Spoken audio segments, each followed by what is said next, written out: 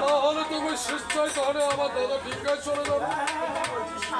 ঠিক বলেছি। আরে ওর স্বামী বলে পড়ুক আর ভেসে যাবে। আচ্ছা দাদা, আপনি একটা কাজ করুন দাদা। আচ্ছা বড় ভাই, ওই নারী আমাদের যে অপমান করেছে, আর এর আগে যে আপনি বলেছিলেন যে ওই নারীর চোরের মুষ্টি ধরে টানতে টানতে আপনার ডিঙ্গায় নিয়ে আসবেন, আপনি দয়া করে তাই করুন দাদা।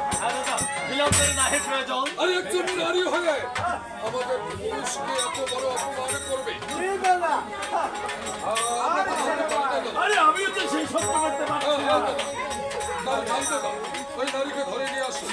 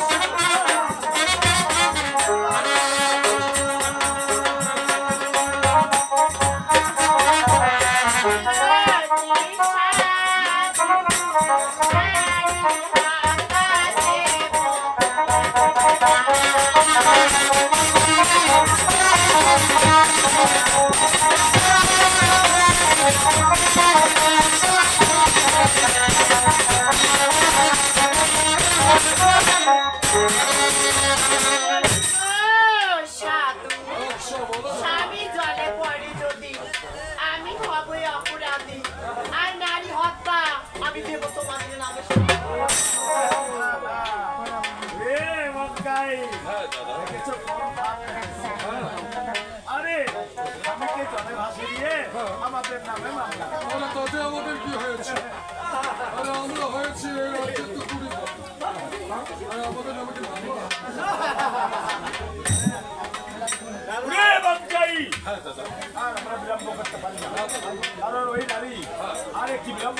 আমাদের নামে দিতে পারে। ঠিক বলেছেন দাদা। তাহলে একটা কাজ করুন দাদা, তাড়াতাড়ি ধরে ফেলো। ঠিক আছে, রেডি করো।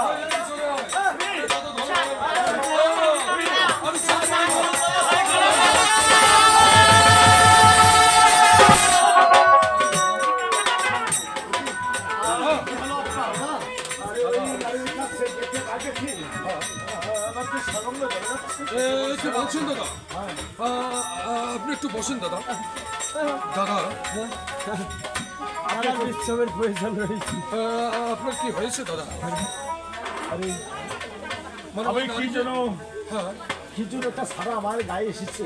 হ্যাঁ আমি বুঝতে পেরেছি দাদা। তাহলে আপনি ওই নারীকে যখন ধরতে গিয়েছেন একটা আগুনের শলাকা আপনার বুকে লেগেছে দাদা। তাই সত্যি আমি কিন্তু লক্ষ্য করেছি দাদা। তাই আমার বুকটা জলে যেতেছে। কি বলছেন দাদা? দাদা বলছিলাম কি, আমার মনে হচ্ছে এই এই নারীর রূপ দেখে ওনার অন্তরে হয়তো কিছু ভয় কাজ করছে। হ্যাঁ ধাক্কা লেগেছে দাদা, ধাক্কা লেগেছে। ঠিকই বলেছ, এটাও হতে পারে। তাই বলছিলাম কি দাদা। আচ্ছা বলো, আপনি আরেকটি বার এই বুকে সাহস এসে আরেকটি বার চেষ্টা করবেন। ঠিক আছে, আচ্ছা আপনার দিকে রেডি করো। আচ্ছা আচ্ছা আচ্ছা তাই করুন দাদা, তাই করুন। এবার যাও না।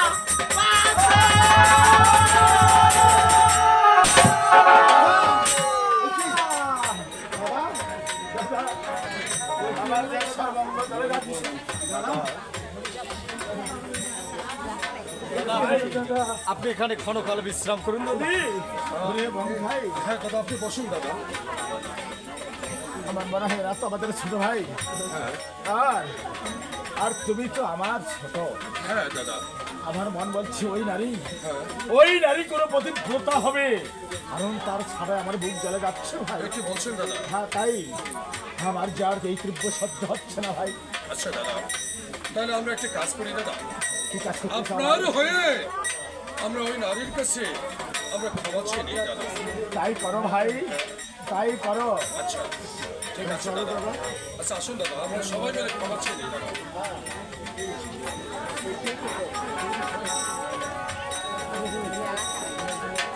পাড়ার তিনটে না চারটে একেবারে তিনটে কি আমরা তো জানি না নারী। কি কটা ঘাট তুমি কোনো দেবতা। তিনটে নয় এইটা ঘাটাতে পড়ছে আর ভাই আর বকাই শঙ্কাই তাই আমার দাদা কত ফোন কার করে ভাই? তোমাকে ধরতে গিয়েছিল।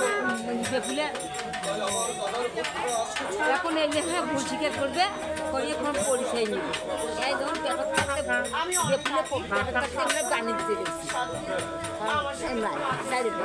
বাণিজ্যটাই আমি বেপুলে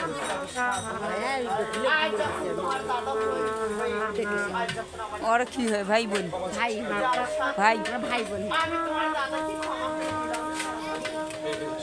এখন ক্ষমা করে দেন। এখন ভালো না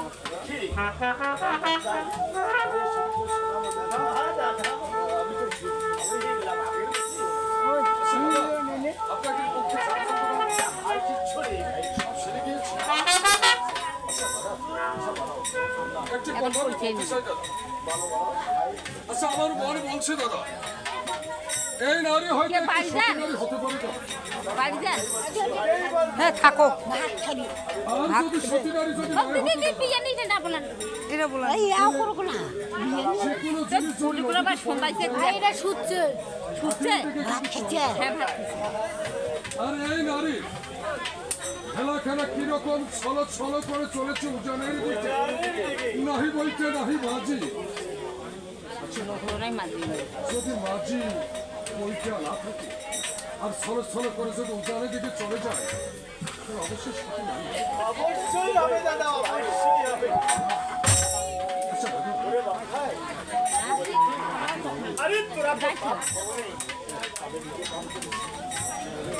আমি এবার একাই যে তার কাছে ক্ষমা হবো।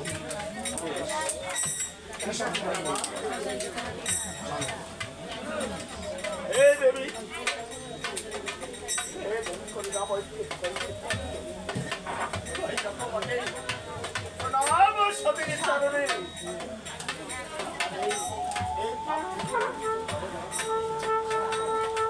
আমি অনেক আগে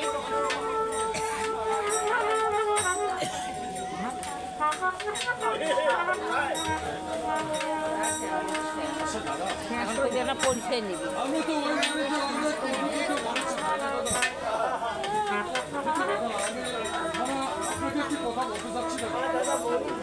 আচ্ছা ওই নারীকে আমরা কি জিজ্ঞেস করতে পারি কোথায় তার বাড়ি? বা কোথা থেকে এসেছে? যাচ্ছে হ্যাঁ যাচ্ছে না আপনি ঠিক করেছেন দাদা, কেননা এই অথই সাগরে আমি একজন নারীকে যেতে দিলে আমাদের যে বড় অন্যায়।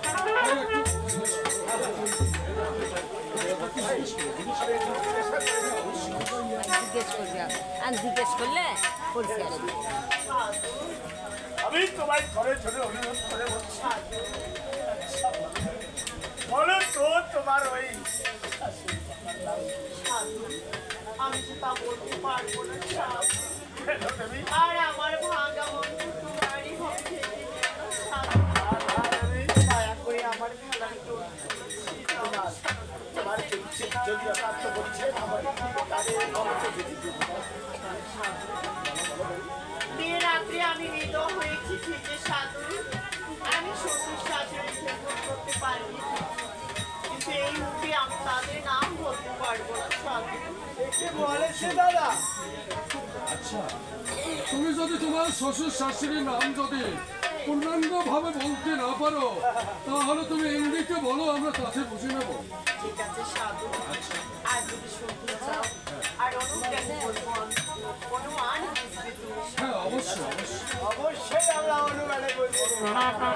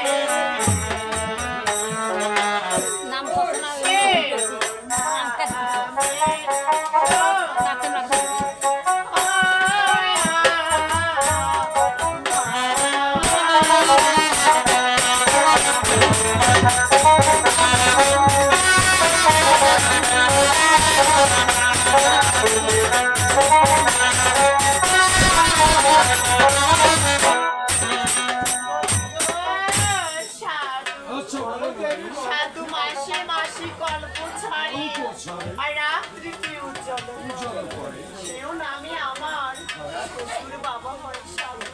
তাই নাকি? আচ্ছা দাদা, আচ্ছা বলেন।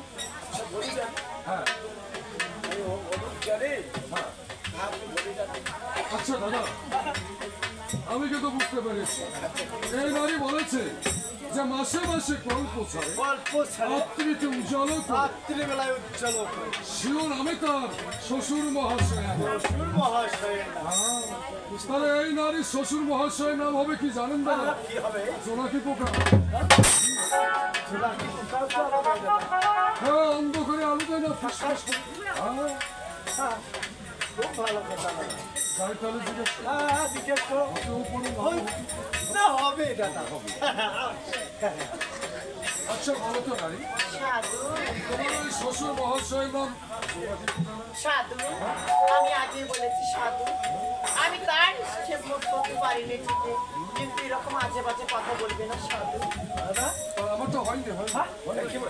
কি বাবু ভাই? হ্যাঁ দাদা, আমি হেরে গিয়েছি দাদা, হয়নি। গেছো? হ্যাঁ হ্যাঁ, দাদা, আরে বধু, আরে তুমি তো সবাই ছোট। আরে আমি পারবো, পারবে?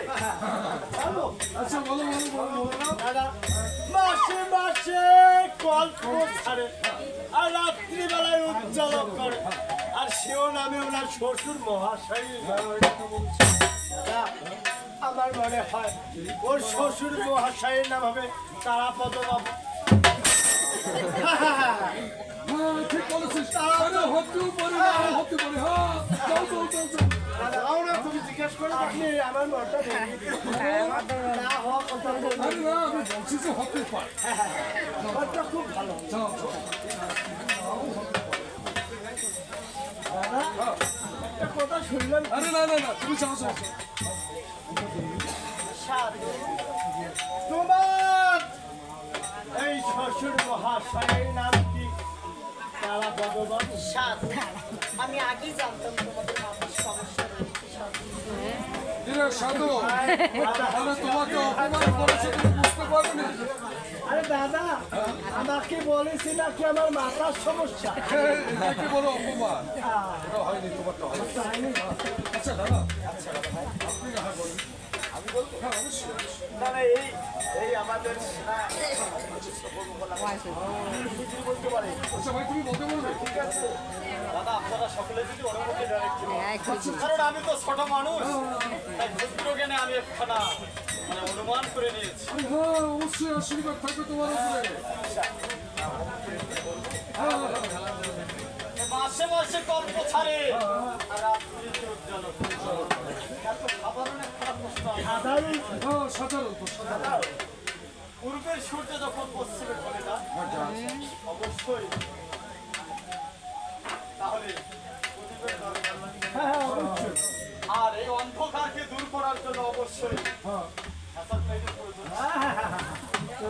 আমি অনুমান করে নিয়েছি ওনার শ্বশুর বাবার নাম অবশ্যই ওই হেসাব সম্প্রদায়।